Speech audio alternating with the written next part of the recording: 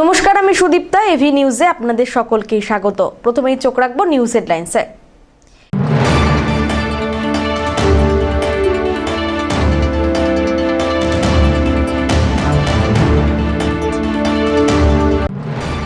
বেআইনি আগ্নেয়াস্ত্র সহ যুবক গ্রেফতার, মাল থানার পুলিশের অভিযান।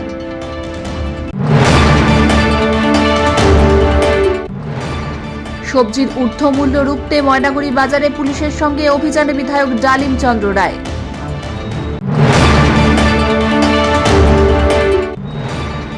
অবৈধ মাদ্রাসার প্রতিবাদ করায় হামলার অভিযোগ, জলপাইগুড়িতে আহত এক ব্যক্তি।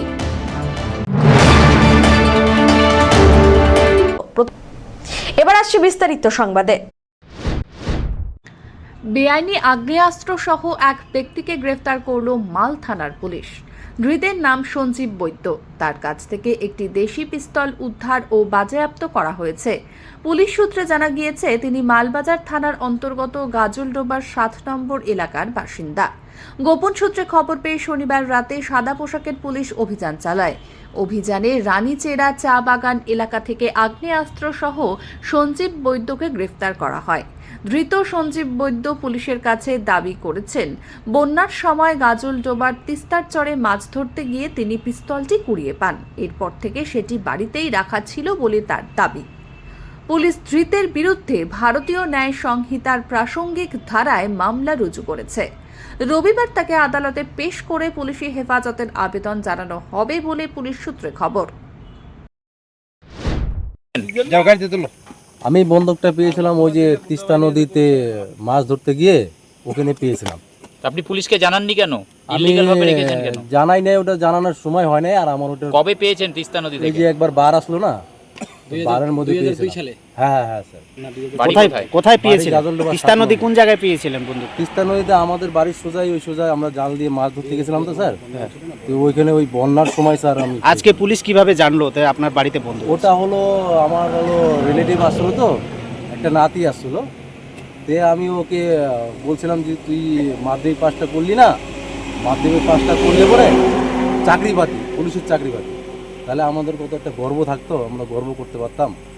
সেটা বলতে বলতে তারা, আমি বললাম কি যে এরকম বন্দুক নিয়ে ঘুরতে, আমরা তোদেরকে সিলেক্ট দিতাম, এরকম করতাম। তারপরে হলো আমি ওর মধ্যে ওইটা বলে যে এরকম এই জিনিসগুলো আমি পাইছি বলে এই জিনিসটা নিতে পারতাম, দেখাতে পারতাম। আপনার বাড়ি কোথায়? আমার বাড়ি গাজলডোবা স্যার। ধীমান রায়ের রিপোর্ট, এভি নিউজ।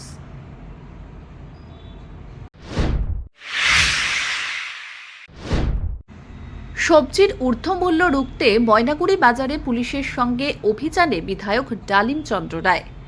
শাকসবজির বাজার দর আকাশ ছোঁয়া, ক্রমবর্ধমান মূল্যবৃদ্ধির অভিযোগের প্রেক্ষিতে মুখ্যমন্ত্রীর নির্দেশে ময়নাগুড়ি বাজারে পুলিশের সঙ্গে যৌথভাবে অভিযান চালালেন বিধায়ক ডালিম চন্দ্র রায়। রবিবার তিনি পুলিশের আধিকারিকদের সঙ্গে বাজার পরিদর্শন করে বিভিন্ন দোকানে সবজির দাম খতিয়ে দেখেন। অভিযোগ, বেশ কয়েকজন ব্যবসায়ী নির্ধারিত দামের তুলনায় বেশি দামে সবজি বিক্রি করছেন। এদিন অভিযানের সময় পুলিশ ব্যবসায়ীদের সতর্ক করে জানায়, অযৌক্তিকভাবে বেশি দাম নিলে প্রয়োজনীয় ব্যবস্থা নেওয়া হবে।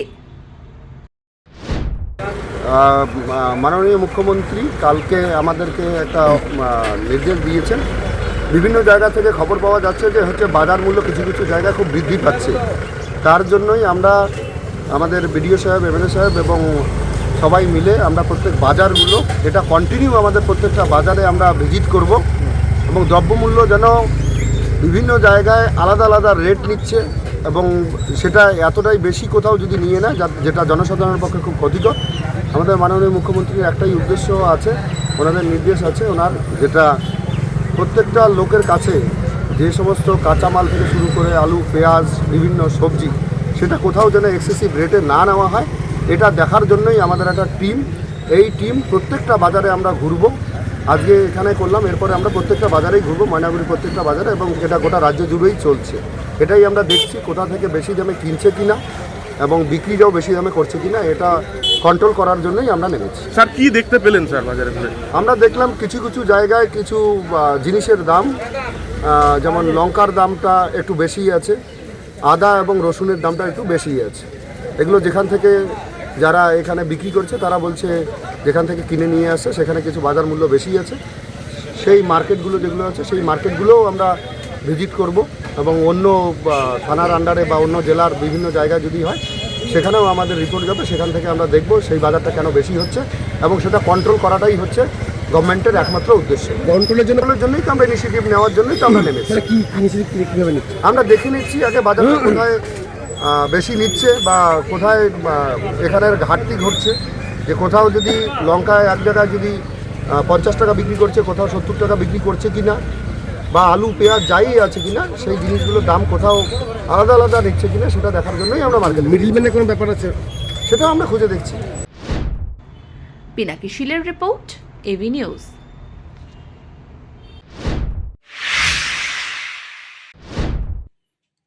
নিত্য প্রয়োজনীয় খাদ্য সামগ্রীর অস্বাভাবিক মূল্য বৃদ্ধির অভিযোগের জেরে জলপাইগুড়ি শহরের দিনবাজারে অভিযান চালালো জেলা টাস্ক ফোর্স। বৃহস্পতিবার পুলিশকে সঙ্গে নিয়ে বাজার অভিযান চালায় এনফোর্সমেন্ট ব্রাঞ্চ এর আধিকারিকরা। অভিযান চলাকালীন শাকসবজি, ডিম সহ বিভিন্ন নিত্য প্রয়োজনীয় খাদ্য সামগ্রীর পাইকারি আর খুচরো বাজার দর খতিয়ে দেখা হয়। আধিকারিকরা বিক্রেতাদের কাছে বিভিন্ন পণ্যের ক্রয় মূল্য, বিক্রয় মূল্যের হিসাব জানতে চান। বাজার দরের সঙ্গে মিলিয়ে তা যাচাইও করেন। এনফোর্সমেন্ট ব্রাঞ্চ আর পুলিশের পক্ষ থেকে বিক্রেতাদের সতর্ক করে জানানো হয়, অযৌক্তিক অতিরিক্ত দাম নেওয়া বা বাজারে কৃত্রিম মূল্য বৃদ্ধি বরদাস্ত হবে না। ন্যায্য মূল্যে পণ্য বিক্রি করার নির্দেশিকা জারি হয়েছে। পাশাপাশি বাজার দরের নিয়মিত নজরদারির আওতায় রাখা হবে বলেও জানানো হয়। এখন বাজারে গত কয়েক মাস থেকে তো এখন সবজির দাম পুরো হাই। এবার কি কারণে হাই সেটা তো প্রশাসনকে তদন্ত করে দেখতে হবে। শুনতে পারলাম যে আজ প্রশাসন থেকে এসেছিল তত্ত্বাবধানের জন্য, এরকম অভিযান চালানো উচিত। কেন কোথা থেকে হট করে এত দাম বেড়ে যাচ্ছে যেটা সাধারণ মানুষের পক্ষে ক্রয় করা সম্পূর্ণ কঠিন। তো আমরা চাই যে প্রশাসন থেকে যেন মাঝে মাঝে এরকম অভিযান চালায়। আলু তো তুলনামূলক একটু কমই আছে দাম, কিন্তু আদার্স যে সবজি আছে সব কিছুর দামই হাই। আমরা চাচ্ছি যে একটা যেই দাম সবাই ক্রয় করতে পারে এরকম একটা মূল্য থাকুক, প্রশাসনের তত্ত্বাবধানে এগুলো হোক, এটাই ভালো আমার মনে হয়।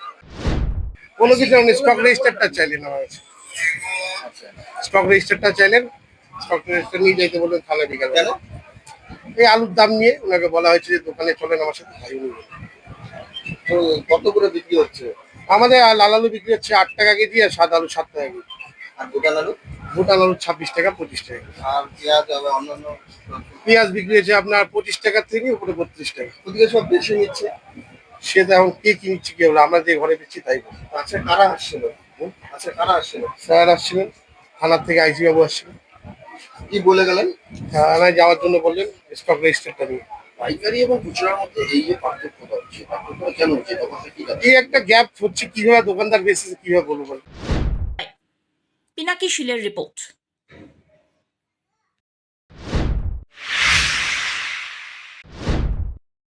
অবৈধ মাদ্রাসার প্রতিবাদ করায় হামলার অভিযোগ, জলপাইগুড়িতে আহত ব্যক্তি। জলপাইগুড়ির গড়ালবাড়ি এলাকায় অবৈধ মাদ্রাসা চালানোর প্রতিবাদ করায় এক ব্যক্তির ওপরে হামলার অভিযোগ ওঠে। শনিবার রাত্রে ঘটা এই ঘটনায় গুরুতর আহত জয়ন্ত গুহ। তাকে জলপাইগুড়ি মেডিকেল কলেজে ভর্তি করা হয়। রবিবার দুপুরবেলায় জলপাইগুড়ির কোতোয়ালি থানায় জয়ন্ত গুহের স্ত্রী টগর গুহ লিখিত অভিযোগ দায়ের করেন। তিনি দাবি করেছেন, আব্দুল লতিফ সহ তার এক সহকারী দলবল নিয়ে জয়ন্তের ওপরে হামলা চালায়।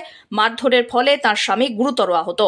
অভিযোগে আরও বলা হয়, স্থানীয় বাসিন্দারা ঘটনাস্থলে ছুটে এলে অভিযুক্তরা পালানোর চেষ্টা করে। ঠিক সেই সময় আব্দুল লতিফ নাকি 2 রাউন্ড গুলিও চালায়, তবে এলাকাবাসীর তাড়ায় সে পালাতে পারেনি। স্থানীয়রাই তাকে আটক করে পুলিশের হাতে তুলে দেয়। ঘটনার তদন্ত শুরু করেছে কোতোয়ালি থানার পুলিশ। অভিযোগের সত্যতা আর গুলি চালানোর দাবি সহ পুরো ঘটনার তদন্ত চালানো হচ্ছে। কি কারণে এসেছেন থানায়? আমার হাজবেন্ডকে মারছে, তার জন্য অভিযোগ করতে এসেছি। কারা মারলো?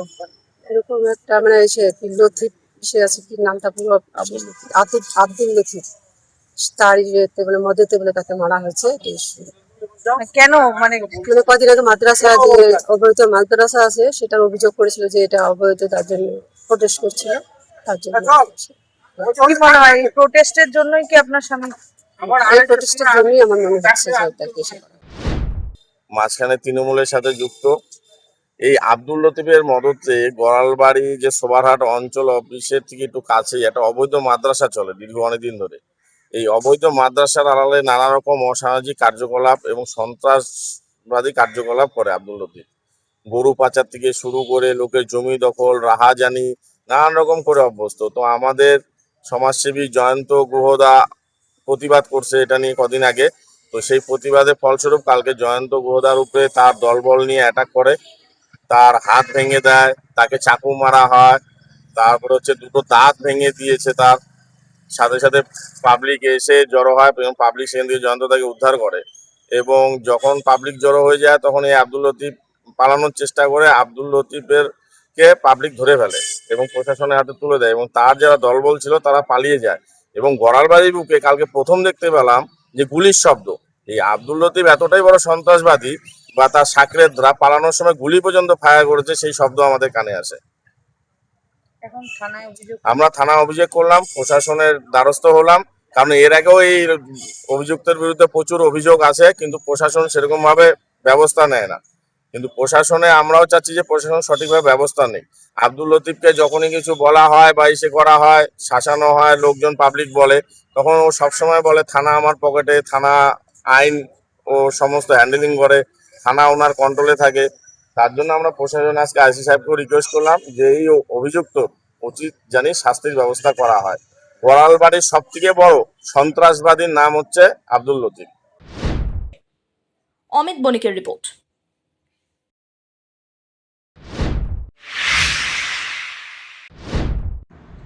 জলপাইগুড়ি পুরসভায় পুলিশ মোতায়েন, গুরুত্বপূর্ণ ফাইল লোপাটের আশঙ্কা ঘিরে চাঞ্চল্য। জলপাইগুড়ি পুরসভায় গুরুত্বপূর্ণ ফাইল লোপাটের আশঙ্কাকে কেন্দ্র করে শনিবার পুলিশ মোতায়েন করা হয়েছে। দুদিন আগেই পুরসভার চেয়ারম্যান সৈকত চট্টোপাধ্যায়ের বিরুদ্ধে দলেরই কাউন্সিলররা অনাস্থা প্রস্তাব এনেছেন।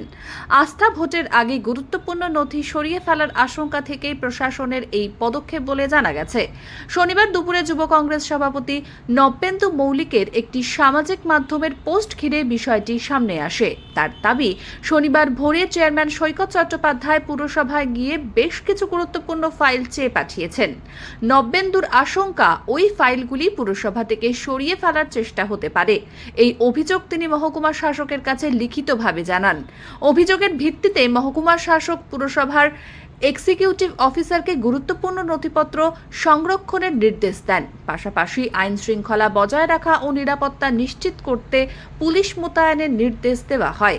এরপরই দুপুরের মধ্যে জলপাইগুড়ি পুরসভায় পুলিশ পৌঁছে যায়। তবে পুরসভার এক্সিকিউটিভ অফিসার দেবদুলাল পাত্র জানিয়েছেন, পুরসভায় পুলিশ মোতায়েনের বিষয়ে কিছুই তিনি জানেন না। ঘটনাকে কেন্দ্র করে জলপাইগুড়ির রাজনৈতিক মহলে জোর চর্চা শুরু হয়েছে। অভিযোগের সত্যতা এবং ফাইল সংক্রান্ত আশঙ্কা নিয়ে প্রশাসনের তরফে এখনো আনুষ্ঠানিকভাবে বিস্তারিত কিছু জানানো হয়নি। দেখুন, আজকে সকালবেলা আমি খবর পাই জলপাইগুড়ি পুরসভার কিছু আধিকারিকের সূত্রে যে চেয়ারম্যান সকালে জলপাইগুড়ি মিউনিসিপ্যালিটিতে গিয়েছেন এবং উনি বিভিন্ন রেলিভেন্ট ফাইল চেয়ে পাঠাচ্ছেন, গুরুত্বপূর্ণ ফাইল চেয়ে পাঠাচ্ছেন, যেটাতে এই ফাইলগুলি বেহাত হওয়ার আশঙ্কা বা লোপাট হওয়ার আশঙ্কা করেছেন অফিসাররা, যে এই উদ্দেশ্যেই হয়তো এটা চাওয়া হচ্ছিল।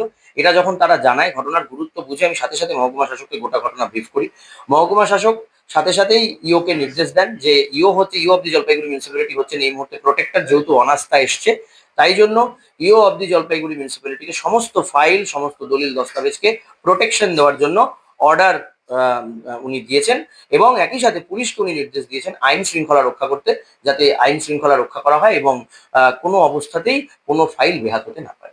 গুরুত্বপূর্ণ ফাইল? হ্যাঁ, বিভিন্ন গুরুত্বপূর্ণ ফাইল বলেই শুনেছি, যা আমার কাছে ইনফরমেশন, যে এখানে বিল্ডিং এর বিভিন্ন ফাইল উনি চাইছিলেন, উনি অমৃত সংক্রান্ত বিভিন্ন ফাইল চাইছিলেন, এগুলো উনি চাইছিলেন। এইটুকু খবর। না, সেগুলো উনি পাননি, ওনাকে দেয়নি, উনি পাননি সেটা। পুলিশ থাকবে বলেই আমি ইনফর্ম হয়েছি, এবার বাকিটা দেখা যাক। চেয়ারম্যান এসেছিলেন, চেয়ারম্যান চলে গেছেন, আমি জানিই না পুলিশ এসছে, আমি তো উপরে আছি, জানি না।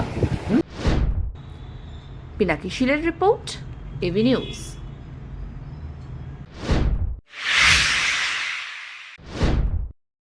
চা পাতা কেনা নিয়ে চলা অচলাবস্থা এখনও কাটল না। সাংসদ আর 2 বিধায়কের উপস্থিতিতে রবিবার জলপাইগুড়িতে প্রায় 4 ঘন্টার বৈঠক হলেও কোনো সমাধান সূত্র বেরোয়নি। তবে সমস্যা সমাধানের আশায় সোমবার শিলিগুড়িতে ফের বৈঠকে বসতে চলেছেন বটলিফ কারখানার মালিকরা। বিকেলে তাদের সঙ্গে সাংসদের বৈঠক হওয়ার কথা। ওই বৈঠকে ক্ষুদ্র চা চাষিদের সংগঠনের প্রতিনিধিরাও উপস্থিত থাকবেন। ফলে আগামী বৈঠকে কোনো ইতিবাচক সমাধান সূত্র বেরিয়ে আসতে পারে এমনটাই আশা। বটলিফের মালিকের পক্ষে সঞ্জয় ধানুটি বলেন, চা পাতা তারা কিনতে চান, তবে সেই পাতা অবশ্যই বিষমুক্ত হতে হবে। অন্যদিকে ক্ষুদ্র চা চাষী সমিতির পক্ষ থেকে বিজয় গোপাল চক্রবর্তী জানান, তারা নিরাপদ চা পাতা উৎপাদনের জন্য চাষিদের সচেতন করছেন। না, আমরা প্রথমেই দারুণভাবে আন্তরিক ধন্যবাদ জানাই দুইজনকে। একজন হচ্ছে আমাদের জলপাইগুড়ির এমপি ডক্টর জয়ন্ত রায় এবং দার্জিলিং এর এমপি রাজু বিস্তা, উনিও অনেক চিঠিপিটি দিয়েছেন। আমরা দুইজন এমপিকে অসংখ্য ধন্যবাদ জানাই। আমরা আমাদের জলপাইগুড়ির এমএলএদেরও ধন্যবাদ জানাই যারা আজকে উপস্থিত ছিলেন। সবচেয়ে একটা এখানে খুব একটা পজিটিভ আলোচনা হয়েছে, হয়তো একটু বাকবিতণ্ডা হয়েছে। সমস্যা বটলিফেরও আছে, এটা অস্বীকার করে লাভ নেই, কেননা এটা দেখা যাচ্ছে। কিন্তু আমাদের যেটা মনে হচ্ছে যে উত্তরবঙ্গের চা শিল্প, যেটা প্রায় 200 বছরের পুরনো, যে চা টোটাল ভারতবর্ষের 34% দেয়, তাদের কিন্তু একটা বদনাম করার জন্য কিন্তু একটা শ্রেণী কিন্তু একটা খুব সক্রিয়। মনোসিলটা শুধু একমাত্র বড় ইস্যু না, এর মধ্যে অনেক রকম ইস্যু আছে।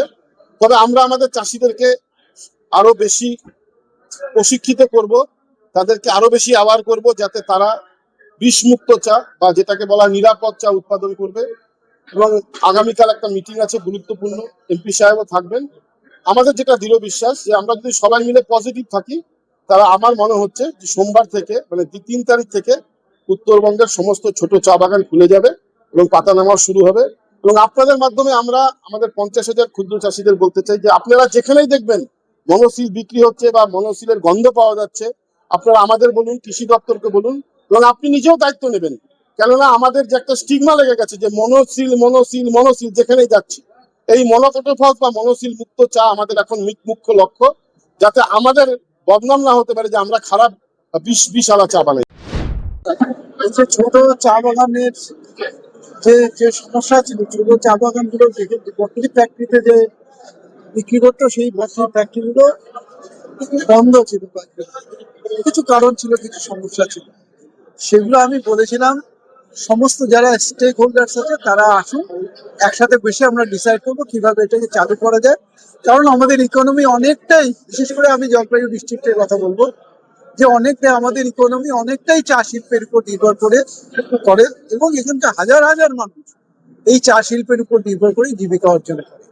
সুতরাং এটাকে ঠিক সেরকম ভাবে আমাদেরকে ভাবতে হবে যে মানুষের যাতে চায়ের মাধ্যমে যাতে মানুষের কোনো রকম ক্ষতি না হয়, এটা আমাদের সমস্যাটা কি কারণ এই সমস্যা কিছু কিছু জায়গায় দেখা গেছে যে ওই কিছু একটা কেমিক্যাল সাবস্টেন্স যেটা ইউজ করা হচ্ছে, একটা নাম শুনলাম মনোকোটোফস।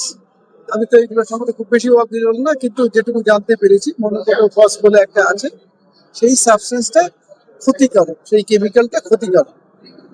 জ্ঞানত হোক বা অজ্ঞানত হোক, কিছু কিছু জায়গায় এরকম পাওয়া গেছে যেটা চায়ের যেটা বিক্রি হলে চা খেলে সেটা ক্ষতিকর, তার ক্ষতিকর এফেক্ট আছে। সেজন্য ওটা ক্ষতিকর বিভিন্ন রকম ক্ষতি করতে পারে। আমি তো ওটা অতটা বলতে পারবো না ডিরেক্টলি, কিছু ক্ষতি নিশ্চয়ই করে।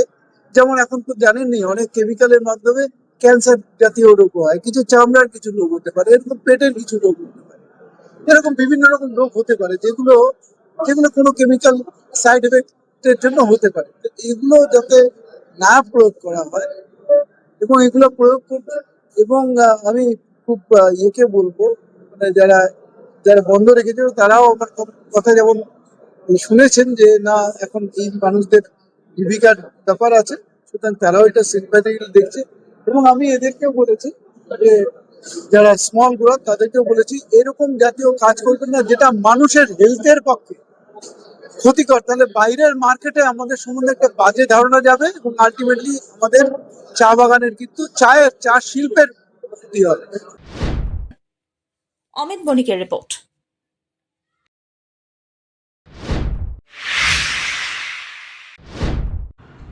আসামের বন্যা কবলিত মানুষের পাশে জলপাইগুড়ি। ত্রাণ সামগ্রী নিয়ে রওনা গ্রিন ভ্যালি ওয়েলফেয়ার অর্গানাইজেশন। মানবতার বার্তা নিয়ে অসমের বন্যা কবলিত মানুষের পাশে দাঁড়াতে রবিবার ভোরে জলপাইগুড়ি থেকে ত্রাণ সামগ্রী নিয়ে রওনা দিল green valley Jalpaiguri welfare organisation. সংস্থার পক্ষ থেকে জানানো হয়েছে, অসমের শিবসাগর এলাকায় বন্যা দুর্গত মানুষের জন্য চিড়ে, মুড়ি, গুড়, বিস্কুট, কেক, দুধ, ওষুধ, পোশাক, মোমবাতি, দেশলাই ও মশারি সহ বিভিন্ন প্রয়োজনীয় সামগ্রী নিয়ে একটি ত্রাণবাহী দল রওনা দিয়েছে। শুধু শুকনো খাবারই নয়, বন্যায় ক্ষতিগ্রস্ত মানুষের জন্য রান্না করা খাবারের ব্যবস্থাও করা হয়েছে। পাশাপাশি যারা বন্যায় সর্বস্ব হারিয়ে বাসনপত্রহীন হয়ে পড়েছেন, তাদের নতুন বাসনপত্র উপহার দেওয়ার উদ্যোগ নেওয়া হয়েছে। সংস্থার সদস্যদের বক্তব্য, মানুষ মানুষের জন্য। এই আদর্শকে সামনে রেখেই বিপর্যস্ত মানুষের পাশে দাঁড়ানোর এই উদ্যোগ। তাদের আশা, এই ত্রাণ সামগ্রী দুর্গত মানুষের দুর্দশা কিছুটা হলেও লাঘব করতে সাহায্য করবে। অমিত মনিকের রিপোর্ট, এভি নিউজ।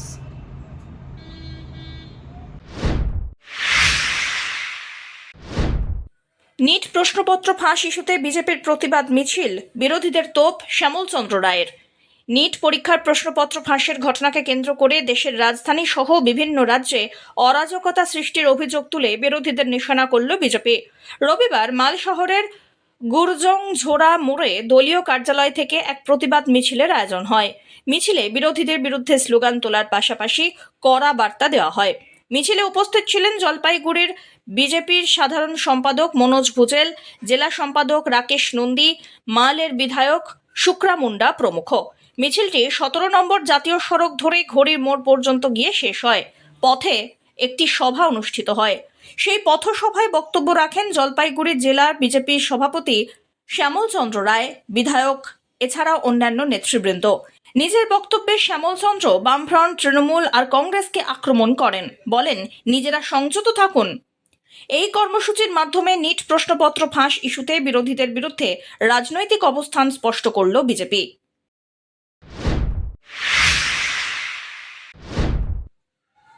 দীর্ঘদিনের প্রতীক্ষার পর ফের শুরু হয়েছে করলা নদীর বাঁধ সংস্কারের কাজ। জলপাইগুড়ি সেচ দপ্তরের উদ্যোগে গন্ডার মোড় থেকে কিং সাহেবের ঘাট পর্যন্ত শ্মশানকালী মন্দির পর্যন্ত বাঁধের রাস্তা সংস্কারের কাজ শুরু হওয়ায় স্বস্তি আর খুশি প্রকাশ করেছেন এলাকাবাসী। স্থানীয়দের অভিযোগ, দীর্ঘদিন ধরে বাঁধের এই রাস্তা অত্যন্ত বেহাল অবস্থাতেই পড়েছিল। বিশেষ করে রাতের সময়ে চলাচল ছিল অত্যন্ত ঝুঁকিপূর্ণ। মোটর বাইক, রিক্সা সহ অন্যান্য ছোট যানবাহন ঠিকমতো চলাচল করতে পারত না। এমনকি জরুরি পরিষেবা, বিশেষ করে অ্যাম্বুলেন্স চলাচলেও মহা সমস্যা হতো। বর্তমানে বাঁধের রাস্তার দুপাশে মাটি ফেলে জেসিবির সাহায্যে রাস্তা সমতল করার কাজ শুরু হয়েছে। দ্রুতই কাজ শেষ হলে এলাকারবাসীর দীর্ঘদিনের ভোগান্তির অবসান হবে, এমনটাই আশাবাদী স্থানীয় বাসিন্দারা। তো ইরিগেশন দপ্তরের আগে কি এই প্রথম কাজ শুরু হচ্ছে আপনাদের এখানে? প্রথম কাজ হচ্ছে এটা। কোথা থেকে কোন পর্যন্ত? এটা হচ্ছে গন্ডার মোড় থেকে নিয়ে একবারে কিংসাব ঘাট পর্যন্ত। কত মিটার জানা গেছে, কিছু জানেন? না, এটা তো আমি এখন পর্যন্ত জানি না। কি কাজ হচ্ছে শুনছেন? এটা বাঁধের রিপেয়ারিং কাজ হচ্ছে, আমাদের ভাঙা চোরা ছিল, ওইটা দিয়ে ভালো কাজ হচ্ছে। এই যে আপনার বাঁধের তাহলে উঁচু হবে, অনেকটা রাস্তা হবে, আর একটু উঁচু হবে, সুন্দর হবে। এতে কতটা খুশি? অনেকটা খুশি, পাড়াবাসীরা সবাই খুশি। কেন? রাস্তা এতদিন ভাঙা চূড়া ছিল, বাঁধটা ভাঙা চূড়া ছিল, এই জন্য এখন রিপেয়ারিং হচ্ছে।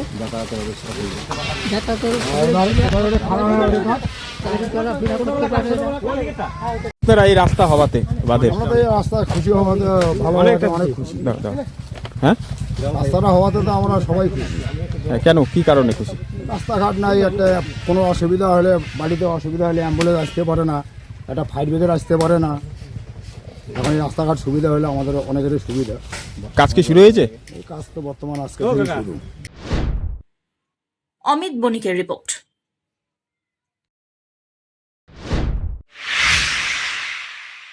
শেষ করবার আগে নিউজ হেডলাইন্স আরো একবার।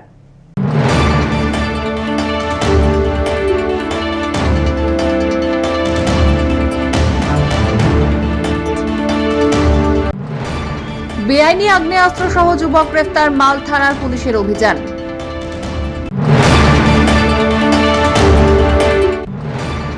সবজির ঊর্ধ্বমূল্য রুখতে ময়নাগুড়ি বাজারে পুলিশের সঙ্গে অভিযানে বিধায়ক ডালিম চন্দ্র রায়।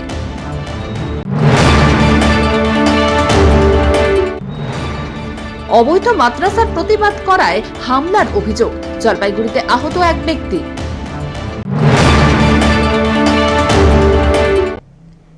এখনকার মতন এভি নিউজ এ পর্যন্তই। পরবর্তীতে আসছি আরো সংবাদ নিয়ে। দেখতে থাকুন আমার ভিশন। নমস্কার।